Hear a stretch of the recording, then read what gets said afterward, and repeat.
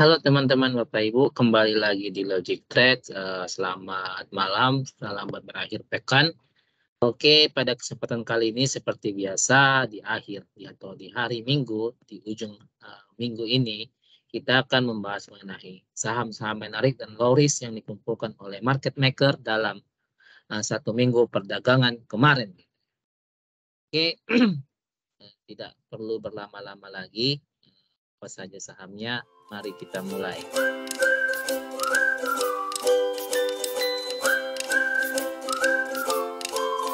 Seperti biasa, kita lihat dulu komposit terlebih dahulu sebelum saham-sahamnya. Kalau dari komposit, seperti view kita, setelah dia tembus seperempat atas, dia akan tembus dari ini juga, breakout dari sideways yang telah kita gambar lagi. Nah, mudah-mudahan seperti view kita, IHSG akan main di atas 7 ribuan. Dan sudah mulai ada inflow yang mulai bagus gitu ya.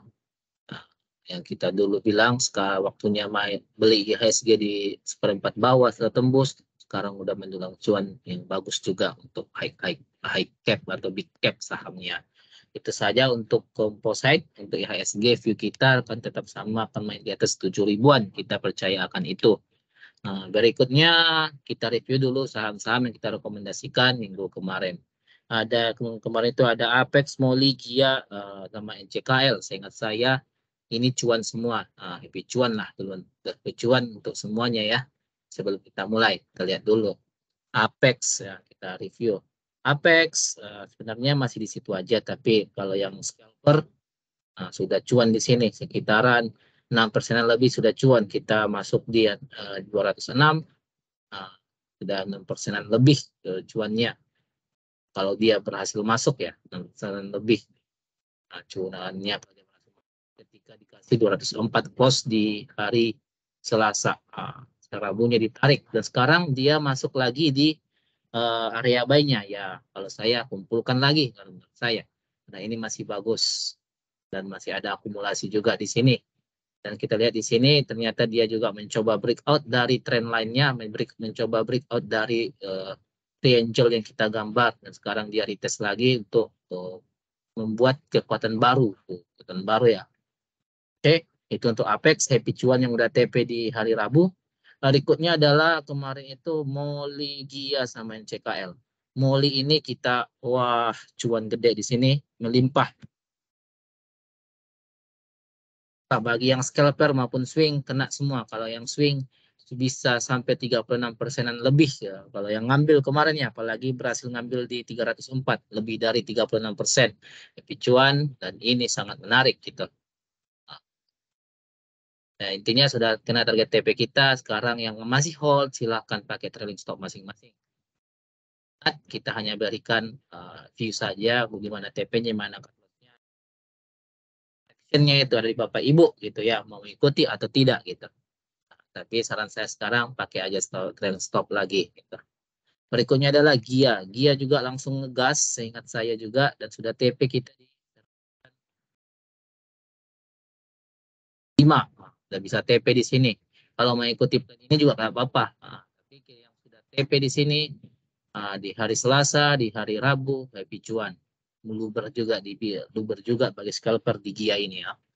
Ini juga kalau masih hold juga masih bagus untuk Gia ya. Masih bagus. Karena seperti kita bilang ada spring di sini, dia bakal melanjutkan karena dia tidak breakout springnya lagi. Tinggal tunggu waktu saja ya. Bisa di scalpingkan, bisa di trade, bisa diswingkan. Terakhir kita juga NCKL, ini juga meluber cuannya. Di hari Senin saja dia sudah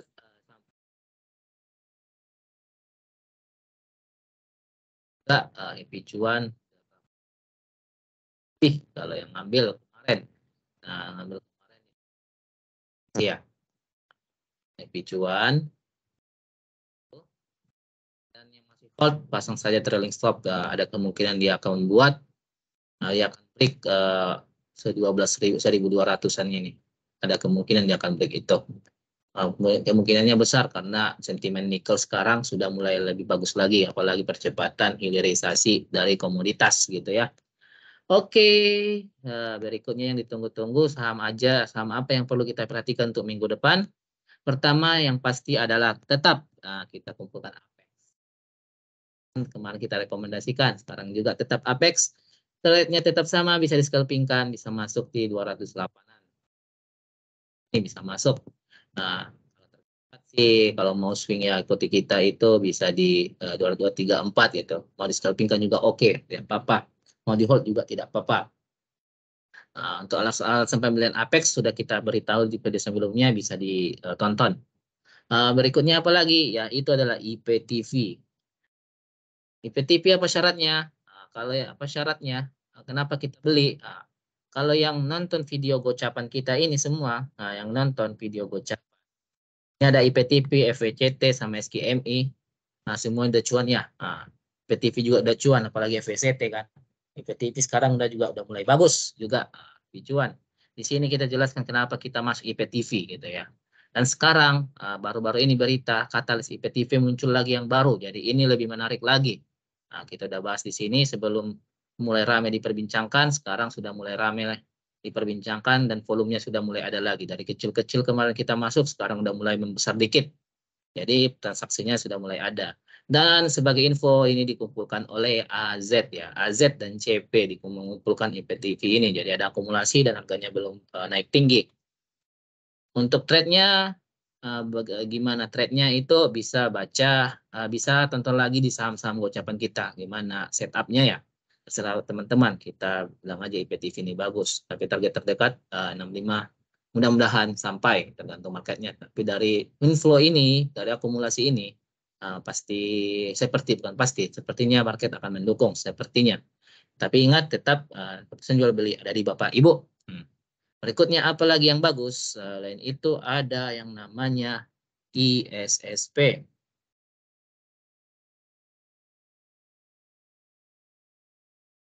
Kenapa ISSP ini bagus? Seperti biasa kita selalu ada volume besar di sini, ada candle Marubozu juga, Marubozu kan candle kenaikan atau prediksinya bagus di sini. Dan selain itu juga dia masuk di area demand-nya. Bisa dibilang ini adalah demand atau batas atasnya, dan dia sudah mulai breakout. Kita pernah juga ISSP ini buat setup gini kan, setup sekitar di sini. Sekarang dia ada volume untuk nge-break ini. Ada volume untuk nge-break ini. Saya yakin minggu depan ini bakal break. Inflow-nya juga sudah bagus si ISSP ini. Dulu pernah kita bahas ISSP ini, yang mengambil di sekitaran bawah ini sempat ngambil di sektor basic material yang kita bahas di video sebelumnya. Udah cuan gede ini sampai di sini juga. Oke, tapi kalau mau masuk sekarang buy on breakout bisa dilakukan. Karena kita lihat di sini ada juga yang namanya ascending triangle di sini, pola ascending triangle. Pola kenaikan berlanjut jika di break. Nah, jika di break itu akan kuat gitu ya, akan kuat. Tapi biasanya kan kalau yang begini-gini setelah breakout, setupnya adalah buy on breakout. Tapi yang sering mampir di channel kita di Logic Trade, kita sudah sering membahas teknik yang namanya buy before breakout. Buy before breakout ya. Itu. Mungkin tidak ada pembahasan pasti tentang itu atau tidak ada pembahasan khusus. Itu ada pembahasan yang di video-video tentang saham gitu ya. Rekomendasi gitu. Jadi kalau jeli bisa dilihat bagaimana kenapa kita bisa berani buy before breakout gitu ya. Ini kan belum breakout, tapi ada kemungkinan kemungkinan besarnya bisa breakout karena kenapa? Ada alasnya tertentu. Tonton saja di video-video kita sebelumnya, rajin-rajin saja. Video channel kita ini banyak memberikan mudah-mudahan insight-insight di setiap videonya, teknik-teknik yang jarang dibahas juga gitu ya. Jadi itu ISSP. Berikutnya apalagi yang menarik? Kalau masuk sekarang, tunggu dulu setupnya dulu ya, karena kita belum masuk sekarang di 294.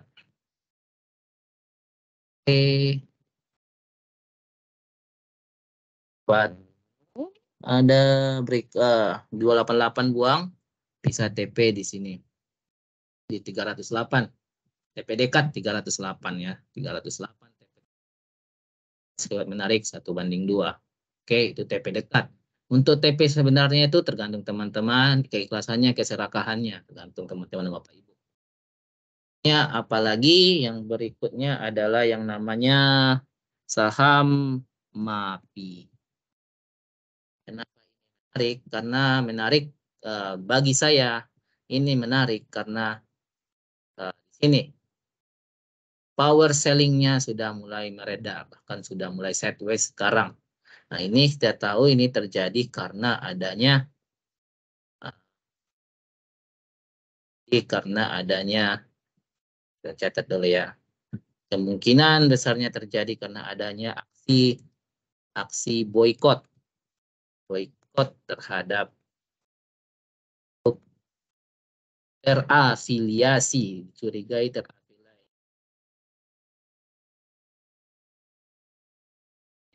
terafiliasi dengan Israel.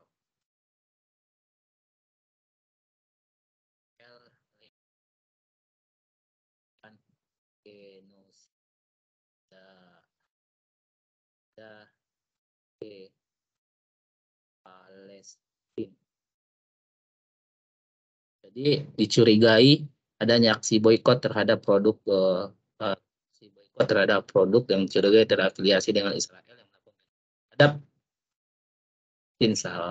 saudara-saudara kita Palestina. Jadi kalau dari sekarang dia sudah mulai sideways gitu ya. Nah, dan kalau dari ini tekniknya ini bisa masuk dengan teknik sideways, bisa masuk dengan teknik sidebar. Oke, jadi trading buy kita di area 1585 sampai 1705. Bisa TP di sampai 1900-an.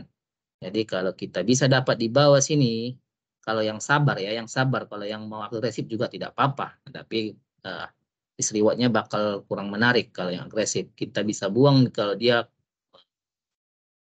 close di bawah 1560. Kita bisa TP di 1965, 19.000 lah terdekat.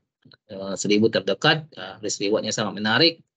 Bisa sampai ke 19% atau hampir 20% kalau kita ngambil di sini. Kita geser sedikit saja juga masih menarik kalau kita geser di 16.600. Rewardnya juga masih menarik 1/2, tapi rewardnya mengecil gitu ya. Jadi lebih baik nawar saja. Tapi yang mau agresif silahkan gitu ya kalau punya dana lebih. Dan bisa kalau bad news nanti bisa average ke bawah lagi. Oke, itu setupnya.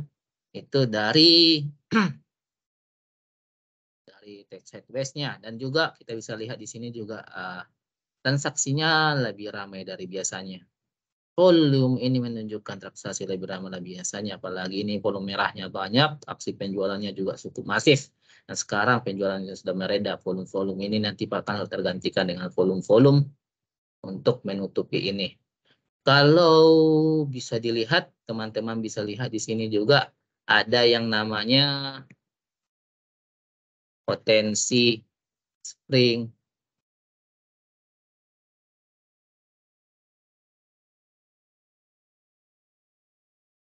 off.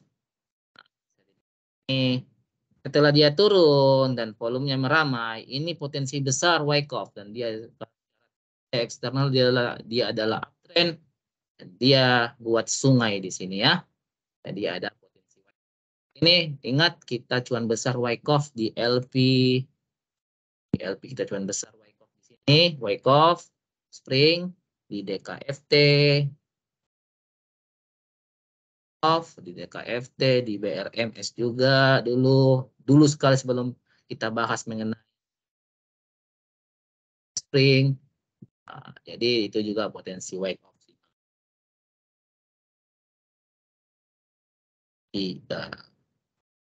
Selain itu, kenapa menarik juga? Coba kita lihat apakah dia masuk di area momentum.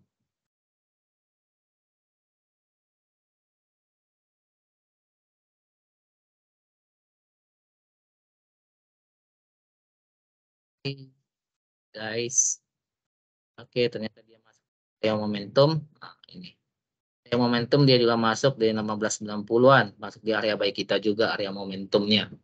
Ingat kenapa kita mulai menarik di sini ya. teman-teman pasti sudah mulai ngerti kalau udah membahas mengenai cara buy on weakness setelah retrace itu kenapa kita tarik dari sini, bukan dari sini ataupun dari sini. Kita tarik Fibonya. Kenapa dari sini? Teman-teman bisa baca atau bisa belajar, bisa tonton videonya di sebelum-sebelumnya juga kita pernah bahas kenapa kita tarik Fibo dari situ. Videonya ada di mana itu ya. Ini basic technical analysis cara menentukan buy on weakness yang optimal. Tuh, di situ ada alasannya kenapa kita menariknya dari sini, dari bawah sini. Oke. Itu jadi kita ada tadi yang namanya Apex, IPTV, ISSP, dan MAPI. Udah masih 4 ya. Bonus 1, yaitu Raja. Raja, kenapa menarik? 1, volumenya mulai ramai. Dia sudah break di sini. Breakout di sini. Breakout,